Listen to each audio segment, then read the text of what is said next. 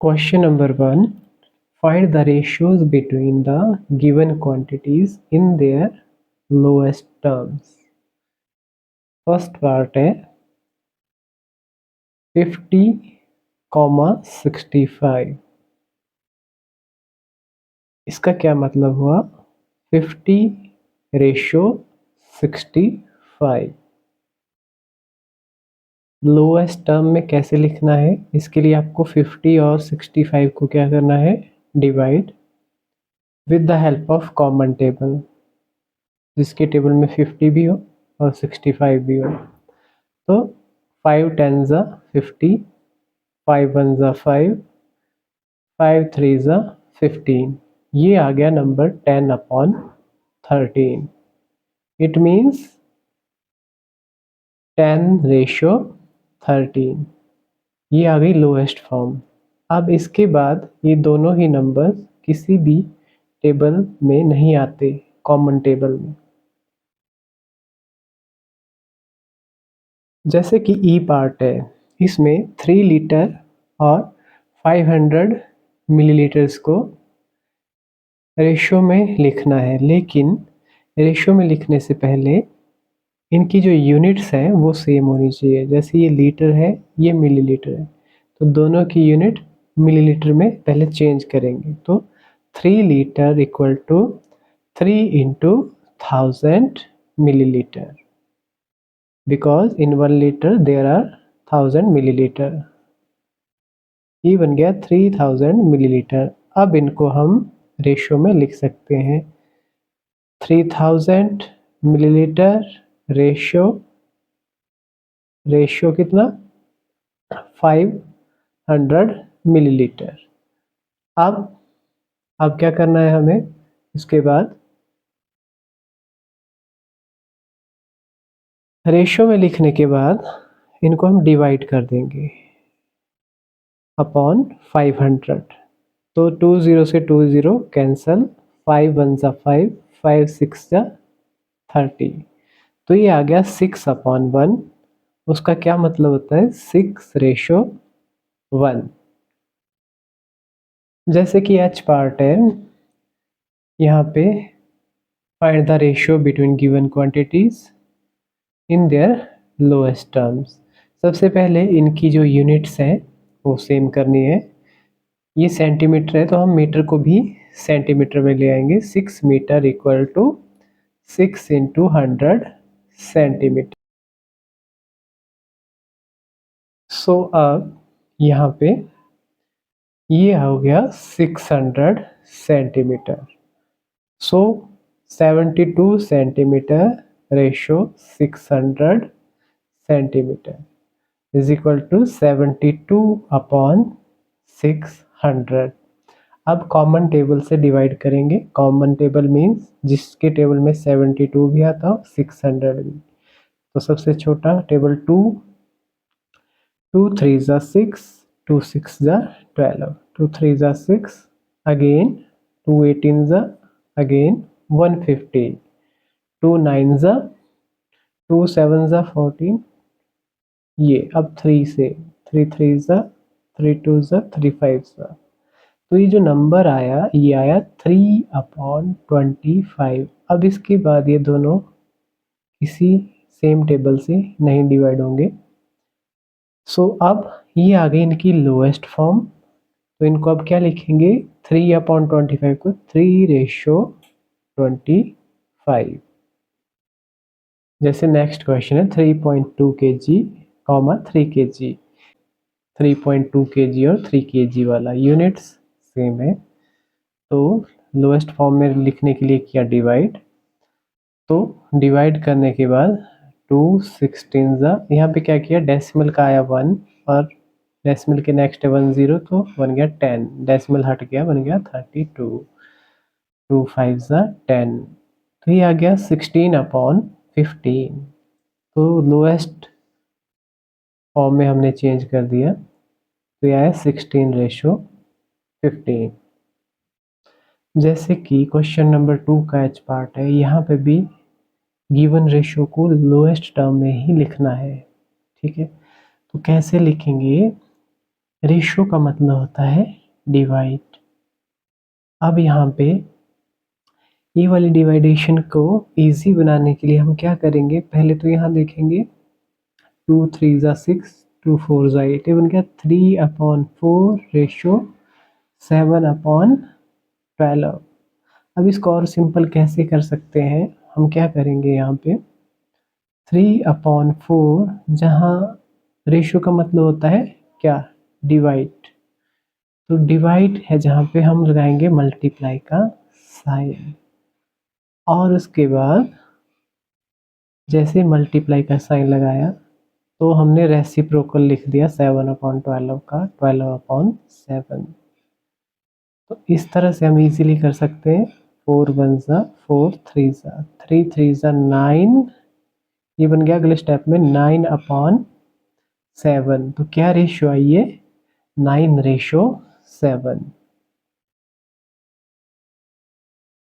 इस तरह की अगर फ्रैक्शन वाली रेशियो अगर निकालनी हो तो इस तरह से मल्टीप्लाई का साइन यूज करके हम निकाल सकते। जैसे कि नेक्स्ट क्वेश्चन है जे पार्ट, इसमें मिक्स्ड फ्रैक्शन है, पहले इनको सिंप्लीफाई करना है। कैसे करते हैं, यहाँ पे ऊपर न्यूमिनेटर में 5 मल्टीप्लाई बाय 1 प्लस 4, इस तरह से मिक्स्ड को सिंपल में चेंज किया जाता है। यहाँ पे भी 5 इंटू 2 प्लस 2/5, ये बन गया 5 इंटू 5 5 प्लस 4 9/5 रेशो 12/5। अब हम चाहते हैं कि ये और सिंपल हो जाए, तो रेशो मीन्स डिवाइड 12/5। अब हम इसको मल्टीप्लाई के साइन से चेंज करेंगे और दूसरी टर्म का रेसिप्रोकल लिख देंगे। तो यहाँ पे क्या बना, 5 से 5 कैंसिल हो गया, 3 3 ज़ा 9, 3 4 ज़ा 12। ये रिजल्ट जो आया आपका, ये आया 3/4, which means 3/4, the final answer. Question number 3 कह रहा है find 3 equivalent ratios for each of the following. Equivalent ratios क्या होती हैं कि अगर हम जो हमारे पास प्रेजेंट रेशियोज हैं उनको सेम नंबर से मल्टीप्लाई करें या सेम नंबर से डिवाइड करें तो जो रिजल्ट आए वो होता है इक्विवेलेंट रेशियो। जैसे यह 25/45, हमें 3 और रेशियोज क्रिएट करनी है, तो 25 को हम मल्टीप्लाई कर रहे हैं 2 से और 45 को भी मल्टीप्लाई कर रहे हैं 2 से, तो ये बन गया 50 और ये बन गया 90। तो ये जो नई रेशियो आई, इट इज़ इक्विवेलेंट टू 25/45। तो ये अभी पहली रेशियो फाइंड आउट की हमने 25 मल्टीप्लाई बाई, नाउ अब हम 3 से कर देंगे और 45 को भी 3 से कर देंगे। We will multiply with the same number to get the equivalent ratio. तो ये आ गया 75 रेशियो 3 5 ज़ा 15, 3 4 ज़ा 12 1 13। ठीक है, ये नेक्स्ट, ये दूसरी रेशियो पता कर ली। उसके बाद उसी तरह से अब हमने कहा कि by dividing the same number, उससे भी इक्विवेलेंट रेशियो आती है। जैसे 25 को हमने किससे डिवाइड कर दिया, सपोज करो 5 से, और उसी तरह से 45 को भी किससे डिवाइड कर दिया, 5 से। ऐसे नंबर से डिवाइड करना जिससे दोनों डिवाइड हो जाए। तो ये आ गया 5/9। तो it is also equivalent to 25/45। तो जैसे कि नेक्स्ट पार्ट है, इसमें भी इक्विवेलेंट रेशियो क्रिएट करनी है, तो पहले इसको सिंप्लीफाई करेंगे। कैसे, 5 into 2 plus numerator upon 5 ratio 4, तो ये क्या बन जाएगा, इज इक्वल टू 12/5 रेशियो 4। तो इसमें क्या है, अब फ्रैक्शन है एक वैल्यू, एक विदाउट फ्रैक्शन है, तो इनको इनके बीच में हम क्या निशान लगा देंगे, डिवाइड होता है रेशियो का मतलब, तो हम यहाँ पे 12/5 यहाँ पे मल्टीप्लाई का साइन लगा देंगे और लिखेंगे 1/4। इसमें कैलकुलेशन इजी रहेगी, 4 3 ज़ा 12। तो नेक्स्ट स्टेप में क्या आ गया, 3/5 विच मीन्स 3/5। तो फोर्थ क्वेश्चन है divide the following quantities in given ratio. कि किसी नंबर को जो गिवन रेशो है उसमें डिवाइड कर देना है। रेशो मीन्स उतने उतने पार्ट्स में उनको डिवाइड कर देना है। कैसे करेंगे? फॉर एग्जांपल दिस है 475 लीटर्स ऑफ वाटर को इस रेशो में डिवाइड करना है। तो क्या करेंगे? पहले तो 3 ऑफ 1/2 को हम सिंपली सॉल्व करेंगे। ये बन जाएगा 2 × 3 + 1/2, जिसका रिजल्ट क्या आएगा? 7/2। ठीक है। अब 7/2 रेशो 6 लिखेंगे। ठीक है, क्योंकि 3 ऑफ 1/2 को 7/2 बना दिया सिंपल करके। अब यहाँ पे हम क्या करेंगे? इसको और सिंपल करेंगे। 7/2 मल्टीप्लाई का साइन लगाएंगे, ये बन जाएगा 1/6, रेसिप्रोकल ऑफ 6। तो तब क्या होगा? ये बन जाएगा 7/, हाउ मच? 12। तो हमारे पास जो रेशो थी ये सिंप्लीफाई करते करते कहाँ पर पहुंच गई? 7/12। इसी का मतलब है 7/12। अब हम क्या करेंगे? जो 7/12 आई, इन दोनों रेशियोज को हम क्या कर देंगे? ऐड। 7 + 12 इक्वल टू कितने? 19 पार्ट्स हो गए टोटली। ठीक है। अब हमें 475 को पहले 7th पार्ट में कन्वर्ट करना है कि 475 का 7th पार्ट क्या है 7/12 के एस्पेक्ट से। तो हेयर क्या लिखेंगे हम? 475, तो फर्स्ट पार्ट कितना है? 7 अपॉन टोटल पार्ट्स कितने हैं? 19। 7th part from total 19th part of किसका? 475 लीटर्स का। 7th part out of 19 part. तो देखेंगे क्या आता है। 19 के टेबल में आ तो नहीं जाता। 19 × 2 = 38। ठीक है, कितना बच गया? 9, 95, 19 5 = 95। तो ये आ गया 7 × 25। तो वो कितना होता है आपका? 175 लीटर। तो ये कर दिया हमने फर्स्ट वाला। और लास्ट वाला कितना है? 12। तो यहाँ पे यहीं पे हेयर 7/19 की जगह क्या हो जाएगा? 12th पार्ट निकाल रहे हैं। 12 पार्ट आउट ऑफ 19 है 300। तो एक में 300 आया है और एक में 150 + 25 यानी 175 आया है। तो क्वेश्चन चेक करना आपने ठीक किया है कि नहीं। तो जो आपके जो रेशो में कन्वर्ट किया आपने, एक आया 300, एक आया 175, उनको ऐड करो। टोटल कितना हो जाना चाहिए? 475। इट मीन्स क्वेश्चन इज, तो जैसे शुगर वाला क्वेश्चन है तो इसमें पहले रेशो को सिंप्लीफाई करेंगे। ये अपॉन वाली रेशो है ना, पहले ये सिंपल होल नंबर वाली रेशो बन जाए। तो 2/5 × 15/3 मल्टीप्लाई का साइन रेसिप्रोकल 5 3 ज़ा, तो 3 से 3। तो रेशियो जो आई आपकी वो क्या आई? 2 और नीचे क्या है? 1। 2/1, 2/1 आया है ना। तो यहाँ पे पार्ट्स को क्या कर देते हैं? ऐड। एडिंग 2/1, तो ये क्या बन गया? 2 + 1 = 3 पार्ट्स। ठीक है। तो अब हमें क्या निकालना है? Second part of 78 kg। Second part of 78 kg, total part है 3। ठीक है, 3 2 ज़ा 6, 3 6 ज़ा, तो 26 × 26 और 2 की क्या हो जाएगी यहाँ पे? मल्टीप्लाई। तो ये आ गया 26 × 252 किलोग्राम। ये हो गया एक पार्ट। और दूसरा भी इसी तरह से होगा। 1 पार्ट ऑफ 78। तो यहाँ पे 2 की जगह क्या पुट हो जाएगा फिर? 1। और 1 × 26, नेक्स्ट का रिजल्ट क्या आएगा? जैसे 26 × 2 52 आया है, तो फर्स्ट पार्ट का आ जाएगा 1 × 26 विच इज 26 kg।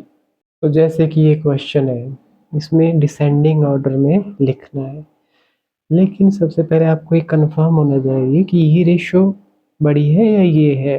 तो इसके लिए हमें क्या करना होगा, जितनी भी रेशियोज हैं उनको आप अपॉन में लिखें, फिर देखें कि लोएस्ट फॉर्म में कोई कन्वर्ट तो नहीं हो रहा, तो ये हो रहा है 1/3 बन रहा है इसका। तो अब 2/6 क्या है, एक्चुअल में 1/3 है लोएस्ट टर्म इसकी। तो अब इन 4 5 7 3 का क्या निकालेंगे हम, एलसीएम। 4, 5, 7 एंड 3 एलसीएम वो कितना आएगा, इन सब की मल्टीप्लाई। मल्टीप्लाई क्यों, क्योंकि ये सब कैसे नंबर्स हैं, प्राइम नंबर्स हैं। तो कितना बन जाएगा, 4 5 ज़ा 20, 7 ज़ा 140, 3 ज़ा 420, ये बन गया 420। तो अब हमें जितनी भी फ्रैक्शंस है, जितनी भी, उनके डिनोमिनेटर को क्या बनाना है, 420। तो 4 मल्टीप्लाई बाय व्हाट इज 420। तो 4 तो ये है, इसके जो मल्टीपल्स है वो क्या है, सॉरी जो फैक्टर्स हैं और क्या है, 5 7 और 3। तो 5 इंटू 7 इंटू 3 से करना पड़ेगा इसको मल्टीप्लाई, या एक तरीका ये है कि 4 से आप 420 को डिवाइड कर दो। लेकिन यहाँ जब है हमारे पास सामने 4 ले लिया है तो यहीं से ले लेंगे हम। तो ये क्या बन गया, और ऊपर भी उसी से मल्टीप्लाई, ठीक है। तो 5 7 ज़ा 35, 35 3 ज़ा कितना होता है, 105। तो ये बन गया 105 मल्टीप्लाई बाय 3, और नीचे भी 4 मल्टीप्लाई बाय 105। तो क्या रिजल्ट है ये, 315 अपॉन, नीचे तो 420 ही बनेगा। ये आई आपकी जो फर्स्ट वन फ्रैक्शन थी उसको हमने चेंज किया। अब सेकंड है 4/5। तो 4/5 को हम चेंज करेंगे अगर, तो ये लिखा 4/5, मल्टीप्लाई एंड डिवाइड किससे करेंगे, डिनोमिनेटर में है 5, 5 तो यहाँ आ गया है, तो क्या बचा 4 7 और 3। 4 7 ज़ा 28, 28 3 ज़ा कितना होता है 84, यानी 84 से मल्टीप्लाई होगा दोनों को, ठीक है। तो नीचे तो डेफिनेटली 420 बनेगा, नीचे कैलकुलेशन की आपको ज़रूरत नहीं है। ऊपर 4 4 ज़ा 16, 4 में 33, 336, ये 4/5 लिखा हमने। अब उसके बाद नेक्स्ट कौन है, 6/7। अब 7 यहाँ पे ये है, बाकी क्या बचे 4 5 और 3, यानी 60। 4 5 ज़ा 20, 3 ज़ा 60, नीचे डेफिनेटली 420 और ऊपर 360, और एक बचा 1/3, उसको भी चेंज कर देते हैं। 3 ये है, बाकी क्या क्या बचे, 7 5 ज़ा 35, 35 4 ज़ा 140, तो 140 से मल्टीप्लाई, ठीक है, दोनों को। तो क्या रिजल्ट आएगा, 140 ऊपर और नीचे 420। अब आप देखो कौन बड़ा है, जिसका न्यूमिनेटर सबसे बड़ा होगा, क्योंकि डिनोमिनेटर तो सबके इक्वल है। न्यूमिनेटर किसका सबसे बड़ा है, देखो जो फर्स्ट फ्रैक्शन है वो ये है, सेकंड ये है, थर्ड ये, फोर्थ ये। तो सबसे बड़ा आई थिंक 4/5 है या 6/7, 360 है। 6/7 आएगी सबसे पहले, ऐसे लिखेंगे 6/7, या लिखेंगे 6/7, ये है सबसे ग्रेटेस्ट। उससे छोटी फिर 336 वाली कौन है, 4/5 है एक्चुअल में ये। फिर उसके बाद 336 के बाद 315 वाली कौन है, 3/4। फिर 1/3 या 2/6 है इसका, जो क्वेश्चन में दिया हुआ रूप था, ठीक है, हो गया डिसेंड। जैसे कि नेक्स्ट क्वेश्चन है, Sonali's monthly income and her savings बताई गई है, रेशो फाइंड आउट करनी है उसकी सेविंग और एक्सपेंडिचर की।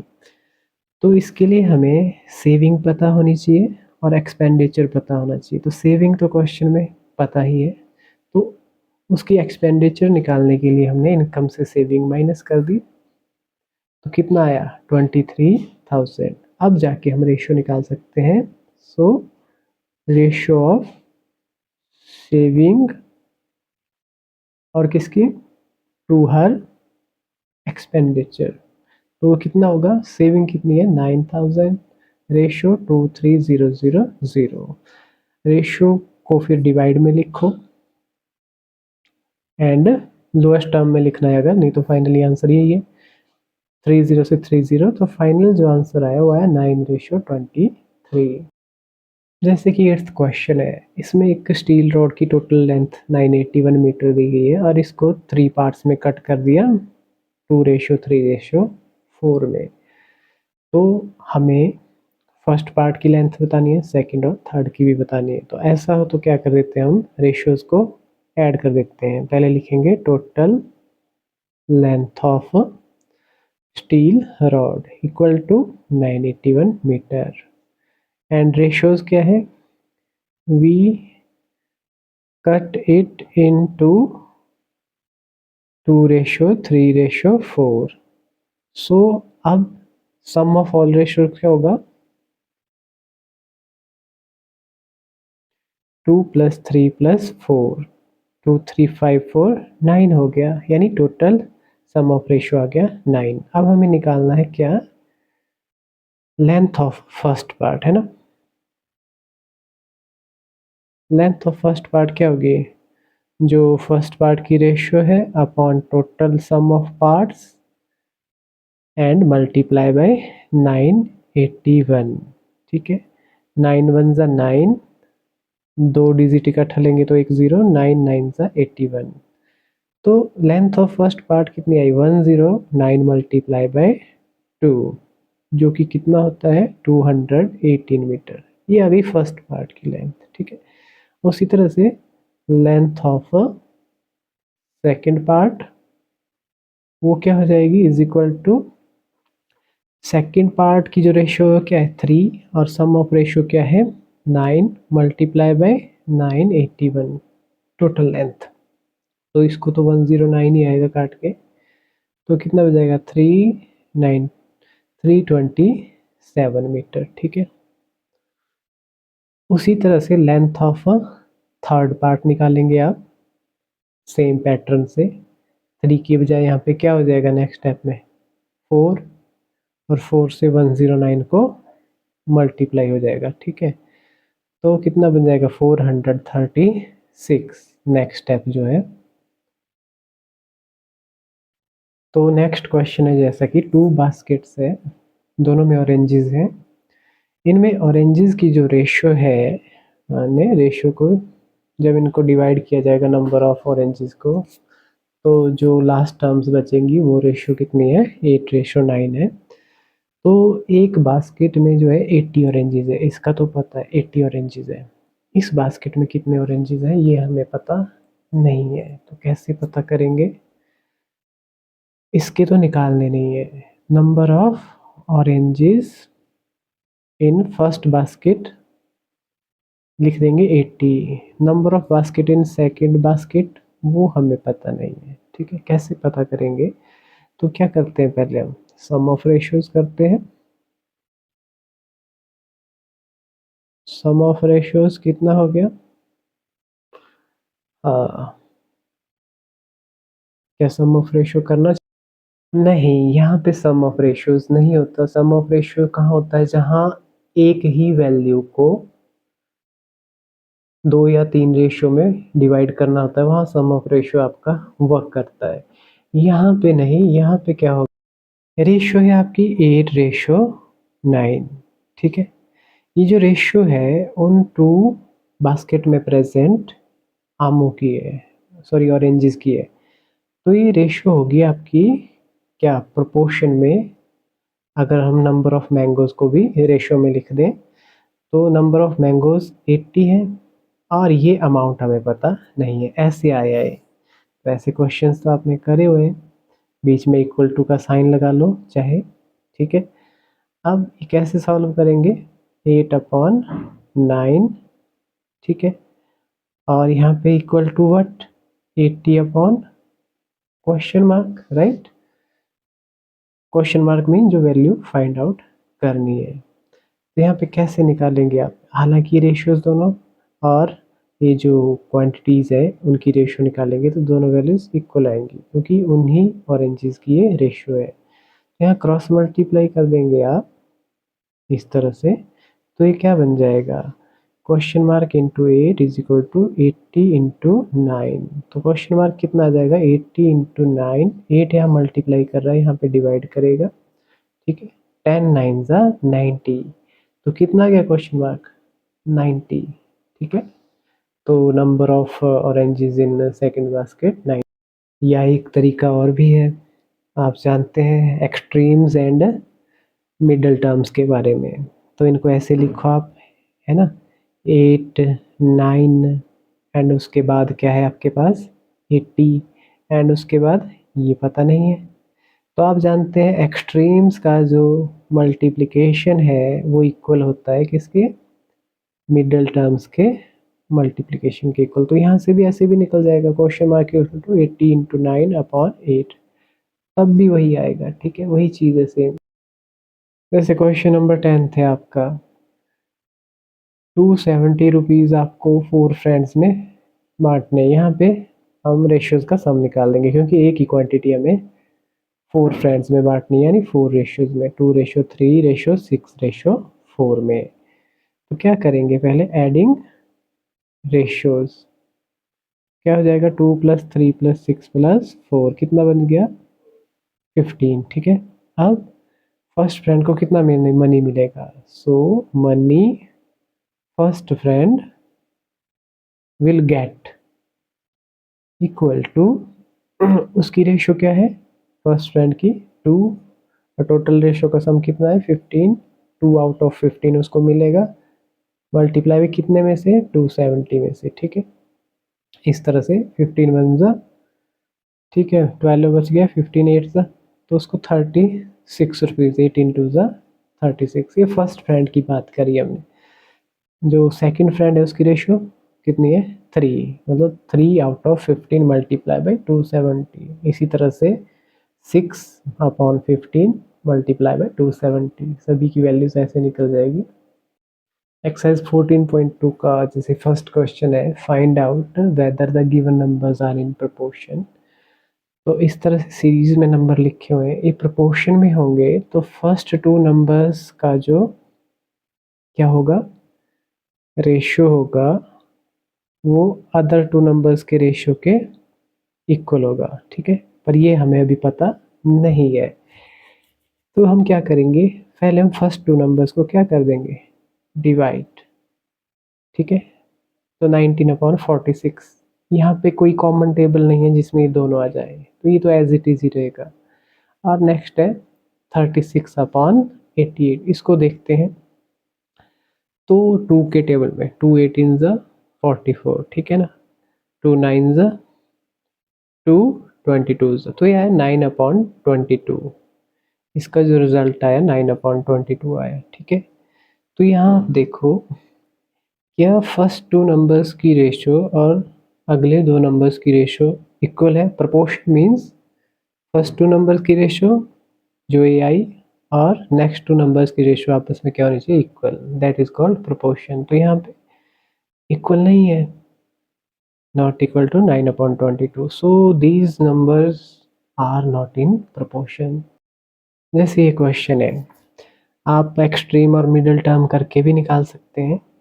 तब क्या होगा, फर्स्ट और लास्ट की मल्टीप्लाई जो आएगी और सेकंड और थर्ड की जो मल्टीप्लाई आएगी अगर वो सेम हो तब भी आप क्या बोलेंगे, these numbers are in proportion. चाहे ऐसे कर लो आप, अगर फर्स्ट एंड सेकंड का जो मिनिमम 2 3 ज़ा 2 4 ज़ा ये आया 3/4 और ये भी 3/4 है, तो फर्स्ट सेकंड की रेशियो और थर्ड फोर्थ की रेशियो इक्वल है, then they are in proportion, means दोनों वैल्यू इक्वल है।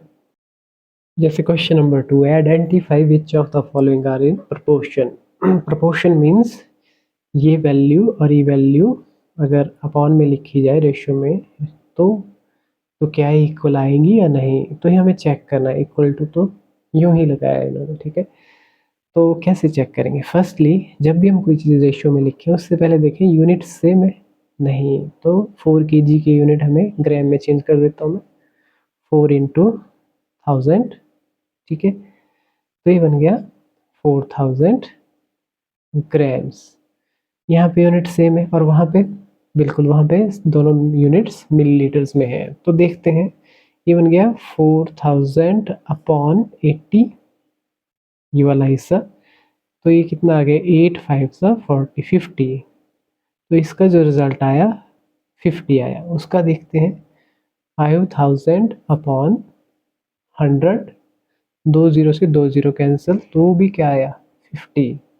तो हियर जो ये फर्स्ट टू थे और लास्ट टू थे, इनका जो रेशो के बाद हमने डिवाइड किया, वो रिजल्ट क्या है, सेम है। तो हम लिखेंगे first these are in proportion, so A part is in proportion, या यूं लिख सकते हैं जैसे कि बी पार्ट है यहाँ पे, तो ये प्रोपोर्शन में है या नहीं, मतलब इन दोनों की रेशो और इन दोनों की रेशो का जो रिजल्ट है वो इक्वल है या नहीं। तो फर्स्टली तो यूनिट सेम होने चाहिए। ये रुपीज़ में है, इसको कन्वर्ट कर दो पैसों में, तो ये कितना बन गया, 600 पैसे। ठीक है, और यहाँ पे भी ये ग्राम है और ये मिलीग्राम है, तो दोनों यूनिट सेम होनी चाहिए। तो 500 को मल्टीप्लाई कर दो 1000 से, चेंज हो जाएगा मिलीग्राम में, तो कितना बन जाएगा, 3 जीरो ही हो गई, 2 जीरो है, 5 लाख मिलीग्राम बन गया है। ठीक है, अब देखते हैं क्या रिजल्ट आता है। तो ये बन गया 600/40, तो 4 1 ज़ा 4 5 ज़ा, ये आ गया 15, इस वाली रेशो का रिजल्ट। और उस वाली रेशो का ये है 5 0 0 0 0 0/3 3 0 से 3 0 कैंसिल। अब यहाँ पे 3 के टेबल में 500 नहीं आता। ठीक है, 3 1 ज़ा 3 2 नहीं आएगा। तो ये जो दोनों रेशोज आई आपके पास, रेशो का जो रिजल्ट आया क्या इक्वल है, 15 not equal to 500/3। So this question value are not in proportion. तो इन क्वेश्चंस में मिसिंग टर्म फाइंड आउट करनी है। मिसिंग टर्म क्या होगी, तो कैसे, कई तरीके हैं करने के, लेकिन सिंपलेस्ट वन क्या है, आप जानते हैं 7 का इक्विवेलेंट है ये 35, राइट। तो 7 इंटू 5 होता है 35, इसका मतलब 7 इंटू 5 करके 35 बना है। ठीक है, तो उसी तरह से नीचे भी 13 इंटू 5 कितना होगा फिर, 65। एक तो ऐसे निकाल सकते हैं आप, ये इजीएस्ट मेथड है।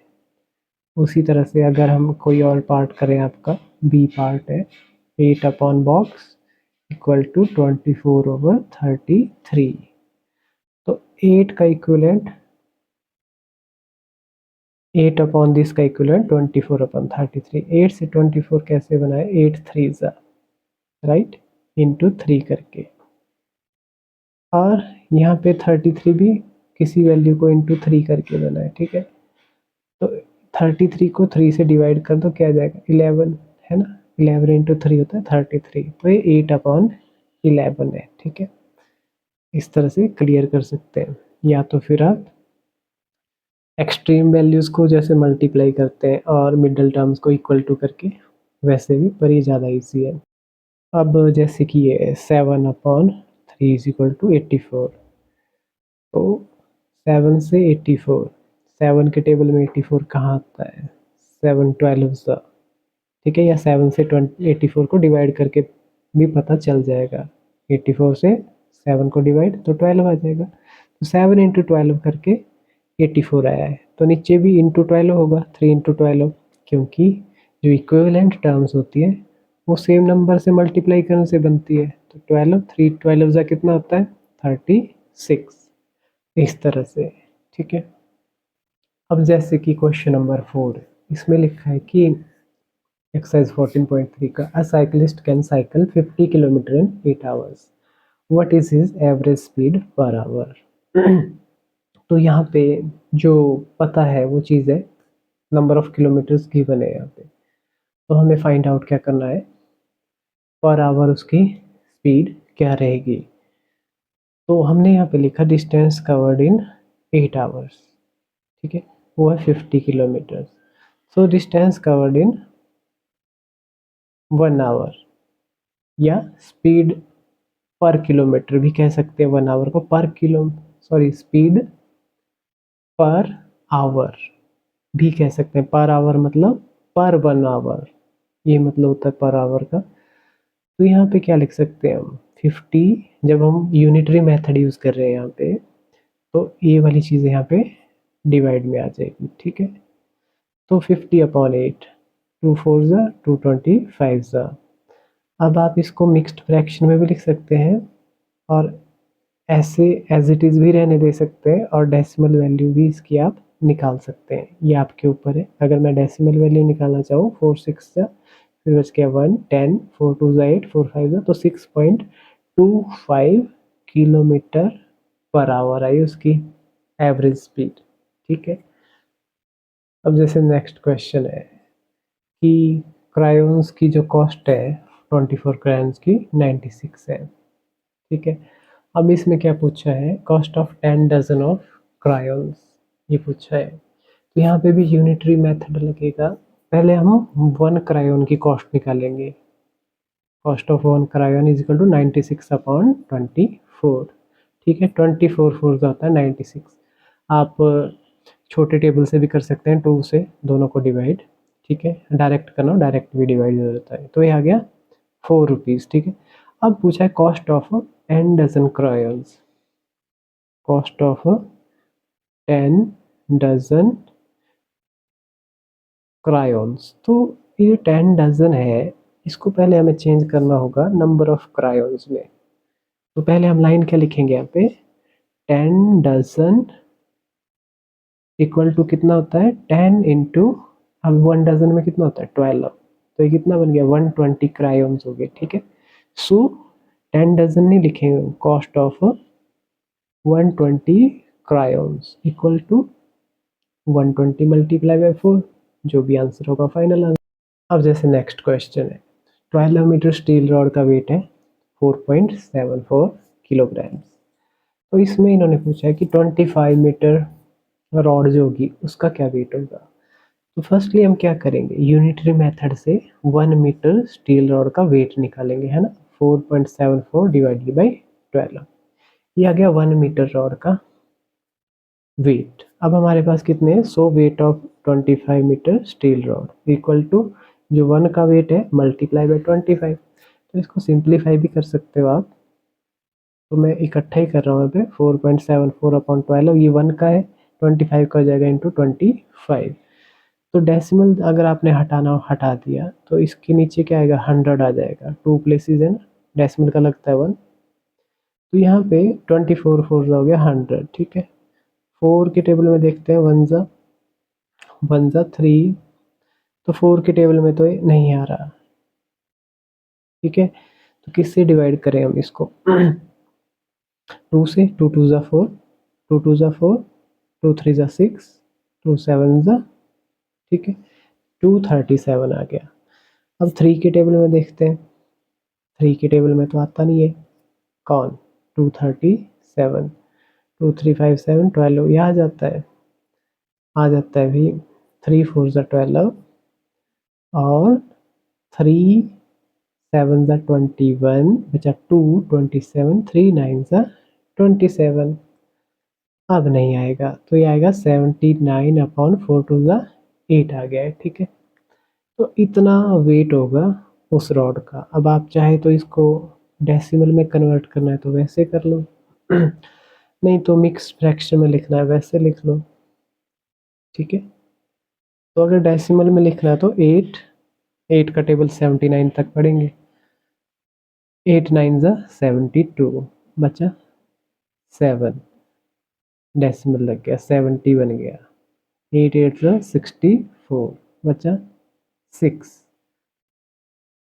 8 7 ज़ा 56, बचा 4, 8 5 ज़ा 40। तो 9.875 किलोग्राम अगर आपने डेसिमल में लिखना है तो ये वेट आ गया उसका, ठीक है। इस तरह के